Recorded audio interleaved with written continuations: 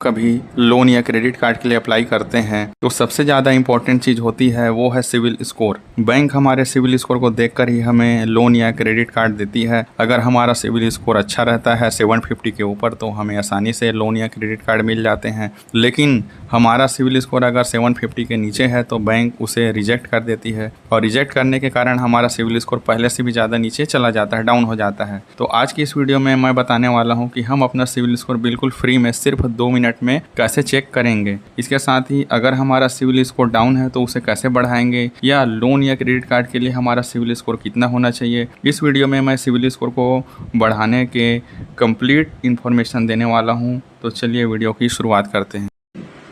सबसे पहले हम अपना फ़ोनपे का अकाउंट ओपन करेंगे। फ़ोनपे ओपन करने के बाद अब हम देखेंगे कि हम ये जो रिचार्ज एंड बिल्स है इसके नीचे हमें मिलेगा लोन्स। तो ये लोन्स वाले में पहले, दूसरे, तीसरे, चौथे, ये यहाँ पास हमें दिख रहा है क्रेडिट स्कोर। तो क्रेडिट स्कोर को हमें क्लिक करना है। अब जैसे ही हमने क्रेडिट स्कोर को क्लिक किया, यहाँ पास हमें दिख रहा है कि हमारा सिविल स्कोर 787 है।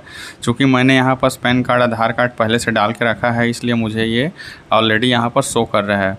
और दूसरा चीज़ ये है कि यहाँ पर जो भी सिविल स्कोर हमें शो कर रहा है ये हमको महीने में एक बार अपडेट हो जाता है। तो अपडेट होने के बाद जो हम लास्ट महीने में हमने जो परफॉर्मेंस किया है उसके आधार पर हमें दिखता है कि हमारा पिछले महीने के बाद हमारा सिविल स्कोर में कितना बदलाव हुआ है। तो जैसे कि पिछले महीने से हमारा जो है 2 पॉइंट का हमारे यहाँ पर डाउन दिखा रहा है। देखिए, तो 787 अभी वर्तमान का है। ये 300 से लेकर के 900 के बीच में रहता है सिविल स्कोर। तो अभी हमको दिखा रहा है कि 11 दिनों के बाद 11 डे के बाद ये जो सिविल स्कोर है फिर अपडेट हो जाएगा। अगर हमारा पिछले महीने का जो भी सिविल रहेगा वो अगर नेगेटिव रहेगा तो डाउन होगा, अगर कुछ पॉजिटिव रहेगा तो हमारा सिविल स्कोर अप होगा। अब हम बात करते हैं कि हमारा सिविल स्कोर किन चीज़ों से प्रभावित होता है, factors that affect your score. तो हम देखेंगे कि यहाँ पास ऑन टाइम पेमेंट्स। तो ऑन टाइम पेमेंट क्या होता है कि अगर हमने कोई भी क्रेडिट कार्ड अगर रखा हुआ है साथ में 1, 2, 3, 4, 5 जितने भी क्रेडिट कार्ड, अगर हमने सभी का पेमेंट को देखिए यहाँ पास जैसे पेड ऑन टाइम 304 पेमेंट है, हमने बिल्कुल टाइम में किया है, कोई भी हमारा पेमेंट मिस नहीं हुआ है। देखिए यहाँ पास ये जितने भी क्रेडिट कार्ड है यहाँ पास ये सब के सब क्रेडिट कार्ड के कंप्लीट पेमेंट मैंने टाइम पे किए हुए हैं। तो इस वजह से हमारे यहाँ पास जो परफॉर्मेंस दिख रहा है आउटस्टैंडिंग दिखा रहा है। तो यहाँ पास ये हो गया पहला चीज़। दूसरा चीज़ हो गया क्रेडिट स्पेंड। अब हम देखेंगे कि हमारे पास जितने भी क्रेडिट कार्ड है, जैसे मेरे पास यहाँ पास टोटल लिमिट है 3,35,500 की।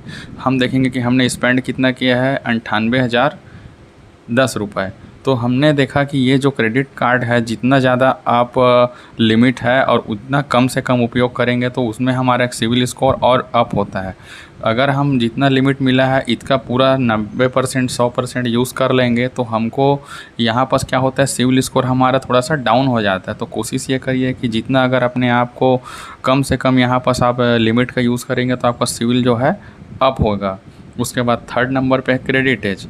अब हम देख रहे हैं कि हमारा जितना भी क्रेडिट कार्ड है इसका एज जो है 4 साल 4 मंथ दिखा रहा है, किसी का 3 साल है, 3 साल है, 3 साल है, 2 साल है। तो जितना पुराना आपका क्रेडिट कार्ड होगा उतना ही ज़्यादा आपका सिविल जो है स्कोर अपना अप होगा।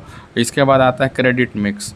क्रेडिट मिक्स मतलब हमारे पास अगर 4-5 क्रेडिट कार्ड है तो हम देखेंगे कि कौन सा क्रेडिट कार्ड है जिसका हम उपयोग कर रहे हैं, किसी का नहीं कर रहे हैं। तो हमें कोशिश करना है कि सभी कार्ड को लगभग कंटिन्यू एक्टिव करके रखना है। ऐसा नहीं है कि किसी कार्ड का पूरा यूज़ कर रहे हैं, किसी कार्ड को हम यूज़ ही नहीं कर रहे हैं। तो इन सब चीज़ों से हमें थोड़ा सावधानी रखना है, इन सब चीज़ों से। उसके अलावा आता है अगले नंबर में इंक्वायरीज़। अब हम क्या करते हैं कि हम किसी भी क्रेडिट कार्ड के लिए या तो किसी जगह लोन के लिए अप्लाई करते हैं, और अप्लाई करने के बाद क्या होता है कि अगर हमें वहाँ से रिजेक्ट हो जाता है तो रिजेक्ट होने की वजह से हमारा सिविल स्कोर एकदम से डाउन हो जाता है। तो इन सब चीज़ों से हमें बच के रहना है कि हमें नई इंक्वायरी नहीं करनी है।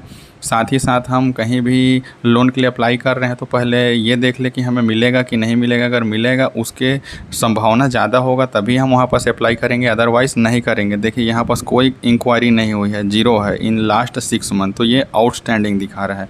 इन सब चीज़ों को अगर आप ध्यान रखेंगे तो अपना सिविल स्कोर जो है डेफिनेटली इंक्रीज़ हो जाएगा। तो फिर इस वीडियो में इतना ही। अगले वीडियो में फिर मिलते हैं और देखते हैं कुछ नई जानकारी के साथ।